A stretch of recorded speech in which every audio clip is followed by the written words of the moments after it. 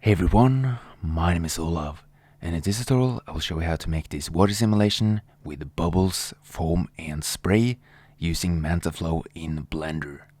As always, it's going to be quick and easy, so let's get started. Okay, so let's start off by downloading the file that you can find for free in the description. And as you can see, we have the lighting set up already, as well as the background color, and a simple glass material for the water. So let's start off by adding the inflow.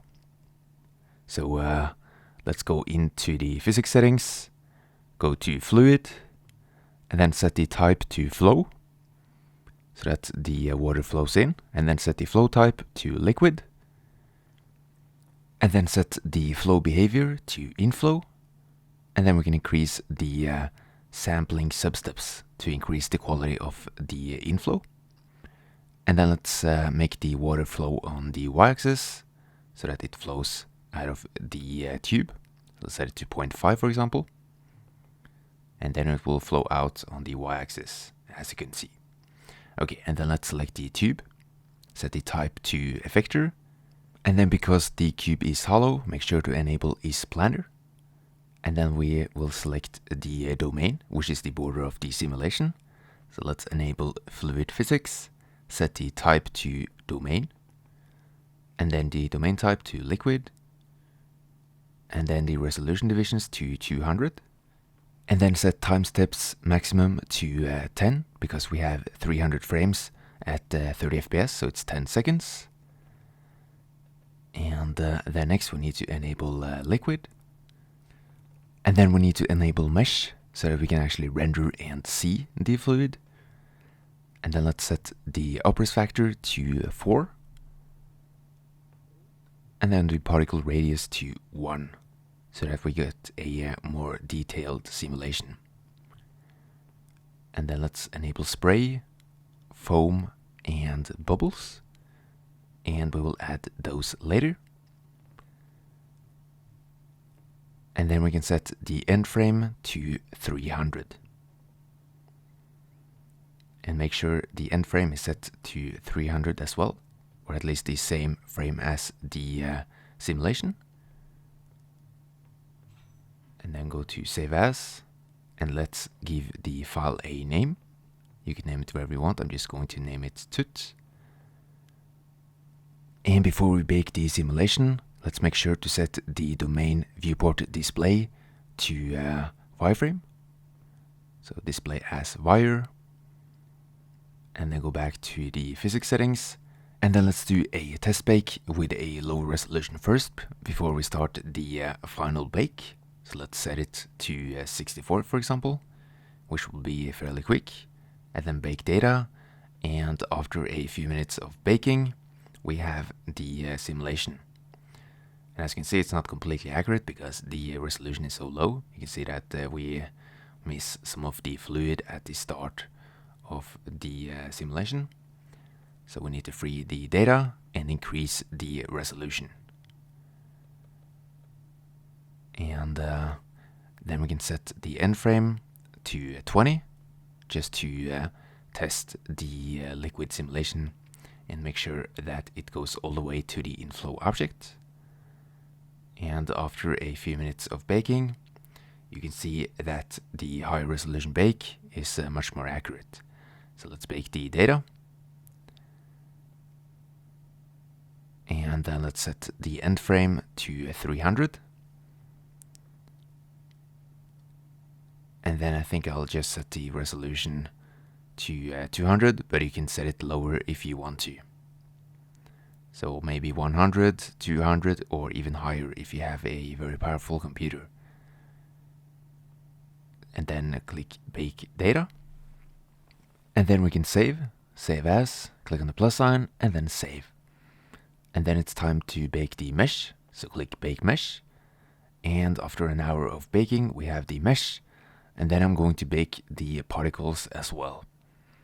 And once that's done, we're going to add the actual particle mesh. But before we create the particle mesh, let's save one more time in case something crashes. So go to File, Save As, then click on the plus sign, and then Save. And then we need to go into the particle properties to see the foam, the bubbles, and spray. So let's start off with the spray. And let's add some very basic icospheres. And then set the number of subdivisions to 1, then S to scale.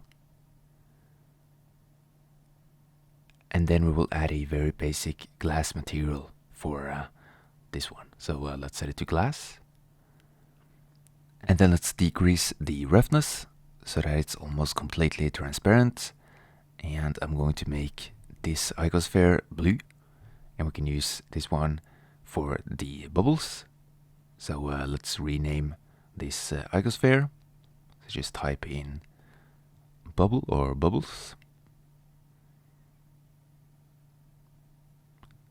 And then we need to duplicate this one. So press Shift D and then S to scale it down.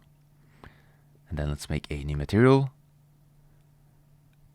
And make this one white with an increased roughness. And we can call this one foam. And then press Shift D once again. And then S to scale. And we can change the roughness for this one. And then let's select the water. And then go into the particle properties. And let me just rename it to spray first. And then select the water. And then set the render as from halo to object. And then select the spray object because this is the spray. And as you can see, it's not completely accurate. And we can fix that by selecting the spray and then press Tab for edit mode and then press G to grab the object so that it moves a bit away from the origin point. And, let's try to make it fit into the scene correctly. So something like this. You can also rotate it.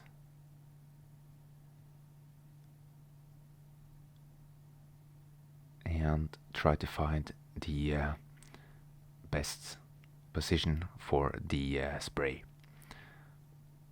And then for the foam, we will set the render as to object and then select the foam icosphere. And I think this one is set up correctly, so let's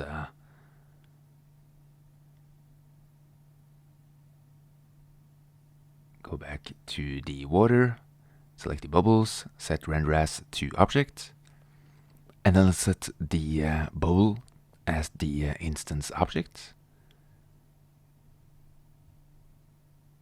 And I think this looks fine. So let's select the bubble. And as you can see, we have some bubbles at the bottom of the simulation, but I think it looks fine.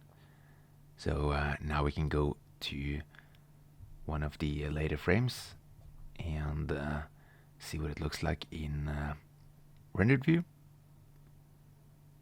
So I'm going to go into the render properties and set the device to GPU. So set it to GPU if you have one. If not, just keep using the CPU. And I'll set the tile size to 512. If you only have a CPU, you can just leave it at 64. And then I'll set the resolution to 4K. You can just leave it at 100% if you only render it at 1080p. Then let's save before we continue. And then we can see what it looks like in rendered view. And we also need to hide the overlay. If not, we will just see a bunch of black particles. And this is what it looks like with the particles. And I think it looks much better than the fluid simulation without any particles. So you can also edit the color of the tube and so on. So just play around with the different materials and find your preferred materials. Okay, so I think I'm just going to leave it at the green color. And then I'm going to go into the output settings and find a folder for the final animation. So I'm just going to create a new one and then give the folder a name, and then select the folder, then give the animation name, and then press enter. I also made sure that denoising was enabled. And then let's do a test render. And after a few minutes of rendering, this is the result. And I think it looks great. So now we can save, just in case. Click on the plus sign, and then save. And then next, we can just look through the frames and make sure everything's fine. And then go to render, and then render animation.